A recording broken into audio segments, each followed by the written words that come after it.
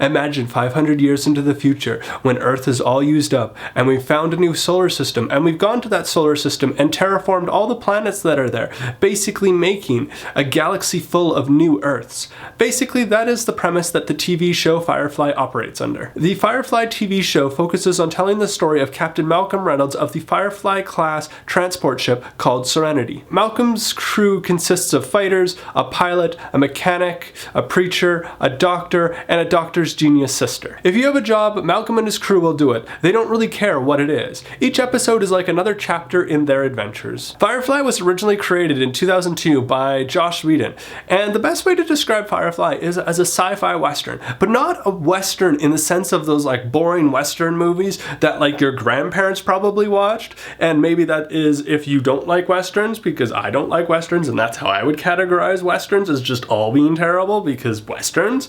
But regardless, it's more a sci-fi movie with just like a hint of western, because they're dealing with like space travel and all that kind of fun stuff, but just with a little dabble of western, and it just makes it that great of a show. Sadly, the show was canceled after one season, but it was so amazing. I can't even think of another sci-fi western movie other than Cowboys and Aliens that can even come close to Firefly. I think Firefly was ahead of its time. I think if Firefly was airing like right now, people would be like, holy smokes, this is the best thing ever. And it would have like so many seasons. They would be on like season 2 or 3 or 4 or 5 by now. Like, it was ahead of its time.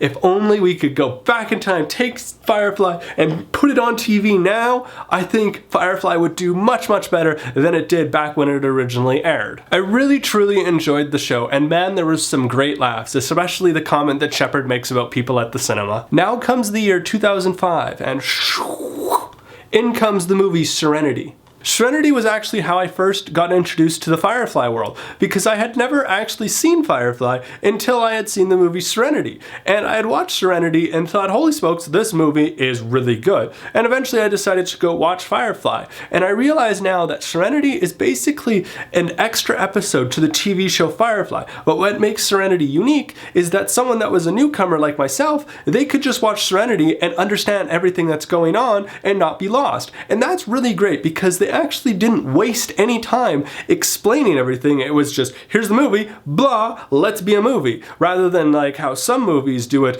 where they spend like half the movie explaining everything and it's just dragging on, and people that are already current with what the heck is supposed to be happening are kind of like, this is so boring, whereas newcomers are like, oh, okay, but it's slow. Whereas Serenity didn't have to do any of that. They just did it so perfectly, and that I think is what sets Serenity apart from so many other movies.